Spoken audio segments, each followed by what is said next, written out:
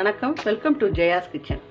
நான் இன்றைக்கி ஒரு மட்டன் பிரியாணி திண்டுக்கல் ஸ்டைலில் செய்ய போகிறேன். அது எப்படி செய்யலான்றதை பார்க்கலாம் வாங்க. இப்போ இதுக்கு ஒரு 3 பெரிய வெங்காயம் ஸ்லைஸாக அரிஞ்சு வச்சுருக்கேன். புதினா ஒரு 2 கைப்பிடி, தக்காளி ஒரு 4 தக்காளி ஸ்லைஸாக வெட்டி வச்சுருக்கேன். பச்சை மிளகா ஒரு 10 எடுத்து வச்சுருக்கேன். 1 கிலோ மட்டன் சுத்தமாக கழுவிட்டு மஞ்சள் தூள் போட்டு கழுவிட்டு அலசி எடுத்து வச்சுருக்கிறேன். இதை வாங்க இனிமேல் எப்படி செய்யலான்றதை பார்க்கலாம். இதுக்கு ஒரு பேஸ்ட் அரைக்கணுங்க.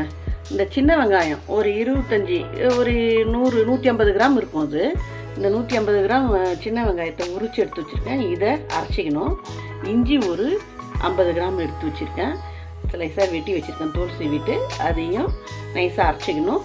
பூண்டும் ஒரு 2 பூண்டு அளவுக்கு எடுத்து உரித்து வச்சுருக்கேன், அதையும் அரைச்சிக்கணும். இதெல்லாம் அரைச்சிக்குவோம். வெங்காயம் தக்காளி இப்போ இனிமேல் செய்கிறதுக்கு ஆரம்பிக்கலாம். பற்ற வச்சுக்குவோம்.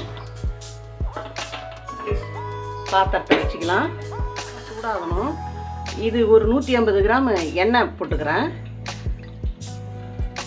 1 கிலோ நான் மட்டன் பிரியாணி செய்கிறது சீரக சம்பா அரிசியில் செய்ய போகிறேன். அதனால் இது மலாட்டெண்ணெய்னா வேர்க்கடலை எண்ணெய். அந்த எண்ணெயை எடுத்துருக்கேன். ஒரு 150 கிராம் ஊற்றிருக்கேன். நெய் ஒரு 100 கிராம் அளவுக்கு எடுத்துருக்கேன். இதெல்லாம் சேர்த்துக்கலாம். நெய்யும் எண்ணெயும் காஞ்சிடுது. இந்த புதினாவை சேர்த்துக்கலாம். லைட்டாக வெட்டி வச்சுருந்தோம் இல்லையா வெங்காயம், அதையும் சேர்த்துக்கலாம்.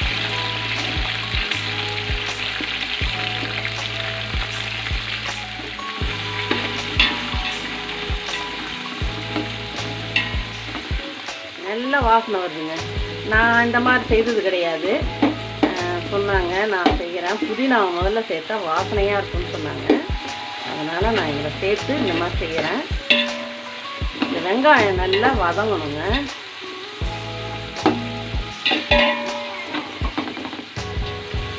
இது கூடவே ஒரு ஸ்பூன் சோம்பு சேர்த்துக்கலாம். இது கூட ஒரு வரமிளகாத்தூள், தனி மிளகாய் தூள், காஷ்மீரி கலந்தது தான் இது. இதையும் சேர்த்துக்கலாம். இது ஒரு 1.5 ஸ்பூன் சேர்த்துக்கிறேன். வெங்காயம் நல்லா வதங்கி வந்துடுது, நல்லா ப்ரௌன் ஷேடுக்கு வந்துடுது. இது இப்போது இந்த கறியை போட்டுக்கலாம். சுத்தம் பண்ண கறி இருக்கு இல்லையா, அந்த கறியை போட்டுக்கலாம்.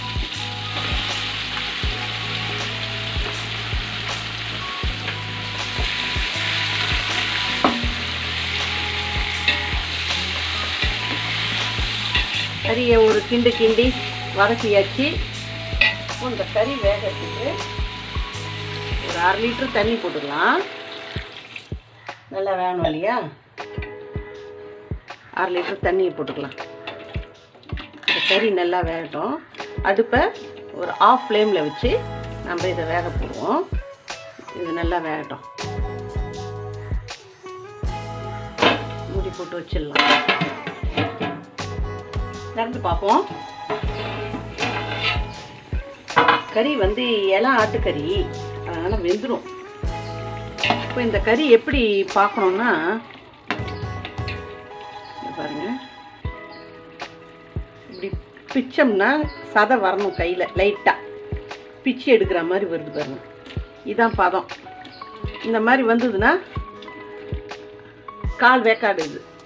இந்த மாதிரி தான் இருக்கணும். இது கூட என்ன நான் சேர்க்கலான்றதை பார்க்கலாம்.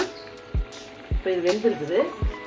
இது கூட நம்ம அரிஞ்சு வச்ச தக்காளியெல்லாம் எடுத்துக்கலாம், போட்டுக்கலாம்.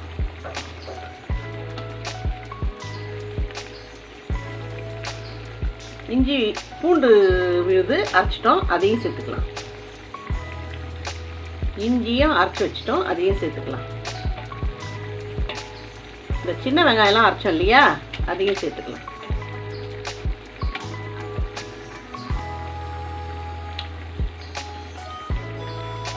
கூடவே ஒரு 8 பச்சை மிளகா அழகாக அப்படியே முழுசாவே போட்டுக்கலாம்.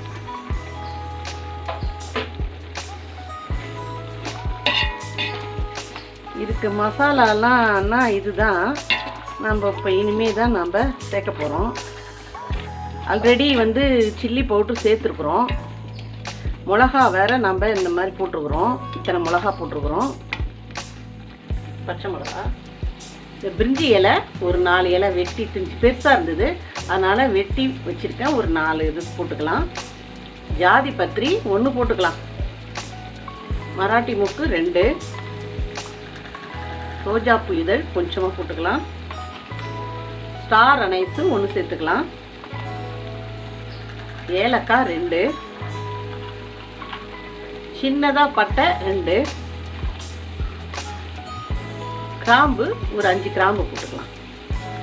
இது கூடவே நான் ஏலக்காய் பட்டை கிராம்பு 3த்தையும் சேர்த்து அரைச்ச மசாலையான்னு சேர்த்துக்கலாம்.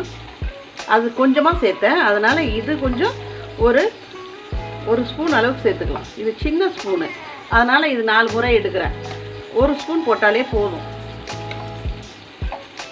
இந்த மசாலா தான் இதுக்கு, ஏன்னா நம்ம 1 கிலோ ரைஸ் தான் போடுறோம்.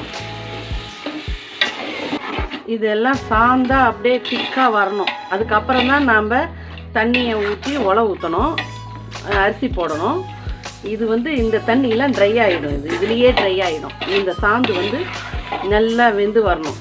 அது எப்படி மசாலா வெந்து வருதுன்னா, நம்ம இந்த பச்சை மிளகா போடுறோம் இல்லையா, இதெல்லாம் லைட்டாக வெந்துடும்.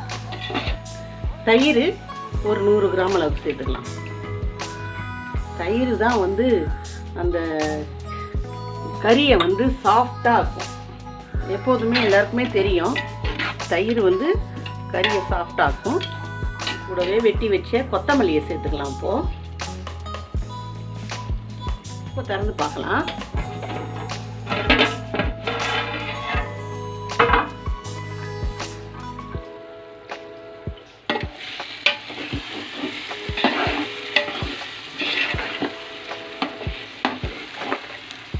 மிளகாலாம் வெந்துருக்குது பார்த்தீங்களா, மசாலாலாம் நல்லா மேஷ் ஆகிருக்குது. இப்போ நாம் என்ன சேர்க்கலாம்,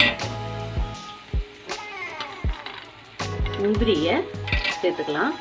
முந்திரி போட்டால் நல்லாயிருக்கும், அதனால் முந்திரி சேர்த்துக்கலாம். நான் இந்த கிளாஸால் தான் அரிசி எடுத்தேன். இந்த கிளாஸால் 5 கிளாஸ் எடுத்துருக்கேன் அரிசி. இந்த 1 கிலோ அரிசி 5 கிளாஸ் வந்துருக்குது. அப்போ 1.5 கிளாஸ் தண்ணி தான் ஊற்றணும், 1க்கு 1.5. அப்போ 5 கிளாஸுக்கு 7.5 கிளாஸ் தண்ணி ஊற்றிக்கலாம்.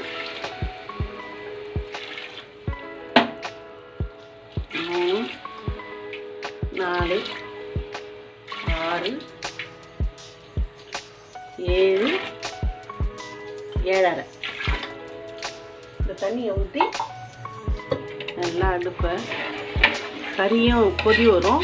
அதுக்குள்ளே அரிசியை நாம் சுத்தமாக கழுவிட்டு ஒரு 10 நிமிஷம் போல் இருக்கட்டும், ஈரப்பதம் இருக்கணும்.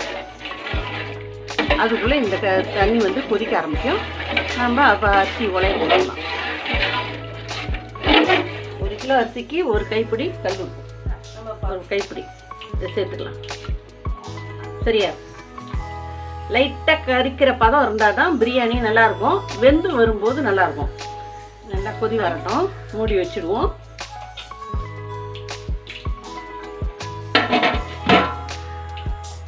திறந்து பார்ப்போம். நல்லா கொதிக்குது, கறியும் நல்லா வெந்திருக்கும்.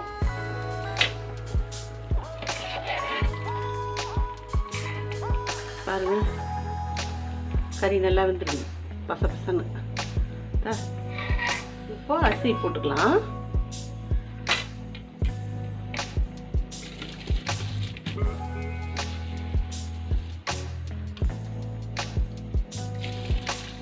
அரிசியை போட்டுட்டு மெதுவாக கிண்டணும்.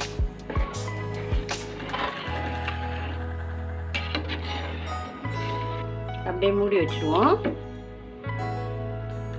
நல்லா தண்ணி சுண்டி வந்து நல்லா வெந்ததுக்கப்புறம் தம் போட்டுடலாம்.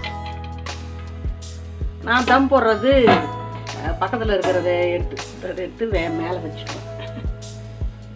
திறந்து பார்ப்போம். சாதம் ட்ரை ஆகி அப்படியே சுட்டுருக்கு, தண்ணி கொஞ்சமாக தான் இருக்குது. இப்போ நான் என்ன செய்வேன்னா, மேலெல்லாம் ஸ்டவ்வில் வச்சுருக்குறோம் இல்லையா, அதனால் மேலே வச்சு தம் கட்ட முடியாது. நான் என்ன செய்வேன், கீழே அடுப்பில் ஒரு தோசைக்கல்லை வச்சுட்டு அப்படியே சிம்மில் வச்சு விட்டுடுவேன். அதை அப்படியே மேலே வந்து ஒரு வெயிட்டை வச்சுடுவேன் நான். இது அப்படியே இருக்கட்டும்.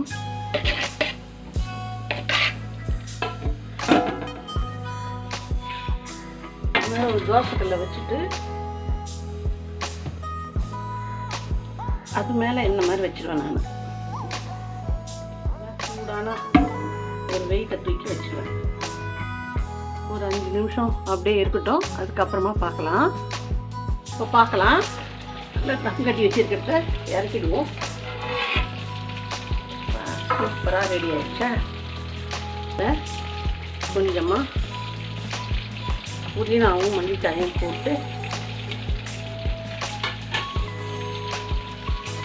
பாருங்க எவ்வளோ பொலன்னு வந்துருக்கு பாருங்க. எரிக்குது அப்படியே.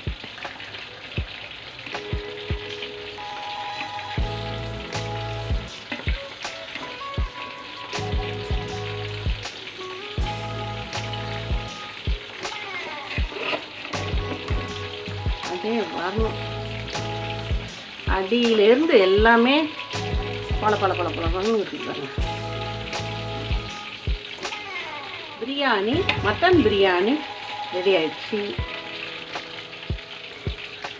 இன்னைக்கு எங்கள் வீட்டில் Dindigul mutton biryani and 65 chicken 65 chicken gravy onion raita. நான் செய்த இந்த ரெசிபி உங்களுக்கு பிடிச்சிருந்ததுன்னா லைக் பண்ணுங்கள், ஷேர் பண்ணுங்கள், கமெண்ட் பண்ணுங்கள். சப்ஸ்கிரைப் பண்ணாதவங்க ஜெயாஸ் கிச்சனை சப்ஸ்கிரைப் பண்ணுங்கள். அப்படியே பக்கத்தில் இருக்கிற பெல் பட்டனையும் கிளிக் பண்ணுங்கள்.